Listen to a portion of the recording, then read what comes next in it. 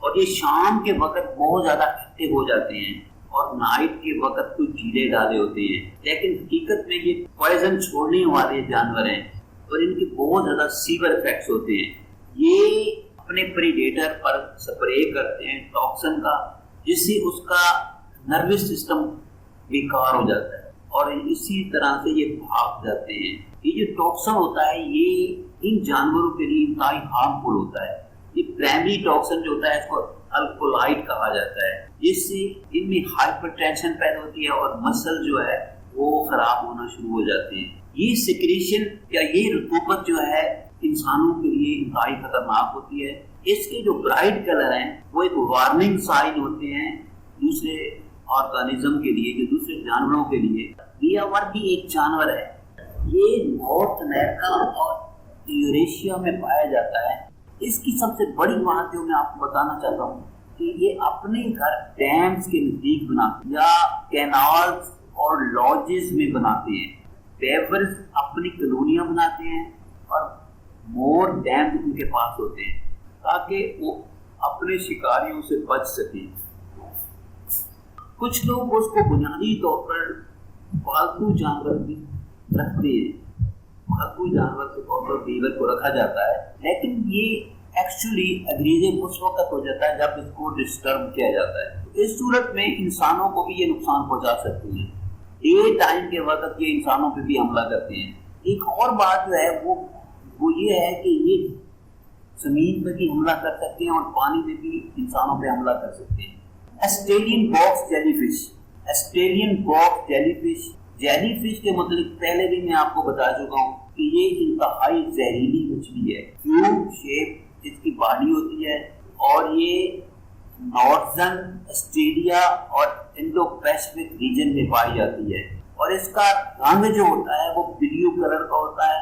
اگر اس کو ٹچ بھی کر لیا جائے تو اس کا ایک وینومس جو ہوتا ہے یا زہر جو ہوتا ہے وہ ٹچ کرنے والے کی باڈیز میں شفٹ ہو جاتا ہے۔ اس کی بہت سی قسمیں ہیں اور اس کی وجہ سے بہت سے انسانوں کی جان گئی ہے۔ یہ 15 فٹ لمبی ہوتی ہے اور اس کے وینوم سے تقریباً 60 آدمی مر سکتے ہیں، لیکن حقیقت میں یہ معلوم نہیں ہوتی اور یہ انتہائی معصوم لگتی ہے۔ اس کی کاٹنے سے پیرالائز ہو جاتا ہے، کارڈیک اریسٹ ہوتی ہے اور ایون فوراً موت واقع ہو جاتی ہے۔ یہ ایک اور مزے کی بات میں آپ کو بتانا چاہتا ہوں کہ اس کی 24 آئیز ہوتی ہیں، یہ 24 آئیز اس کی باڈی کے ارد گرد 24 آئیز ہوتی ہیں جو کہ اس کو مزید طاقتور بناتی ہیں۔ لہٰذا آسٹریلین جیلی فش کو انتہائی ڈیڈلی اینیمل میں شمار۔ اس کے بعد ہے لیوپارڈ سیل۔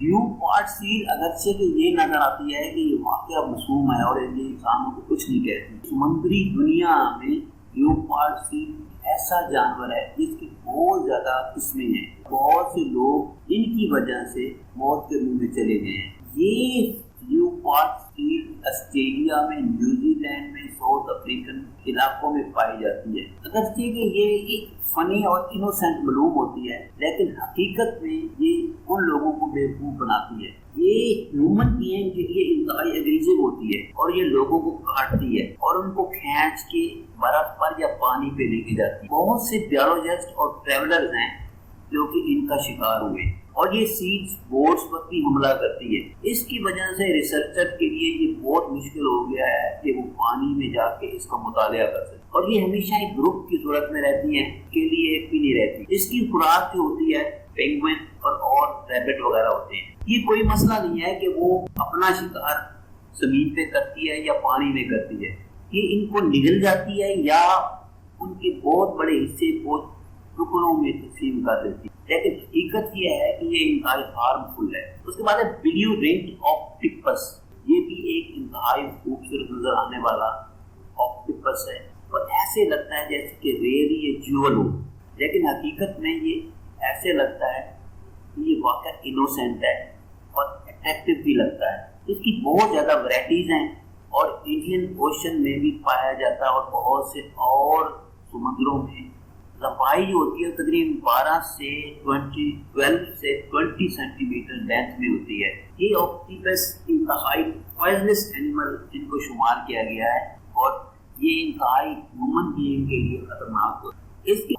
اس کی پہلے بھی ہم ایک ویڈیو بنا چکے ہیں اور بتا بھی چکے ہیں. یہ پوائزن ڈراپ فراگ یہ بھی انتہائی ایک زہریلا جانور ہے.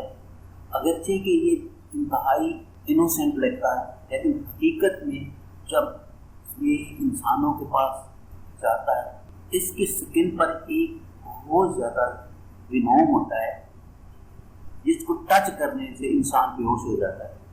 اور یہ بھی انتہائی ایک زہریلا جانور ہے.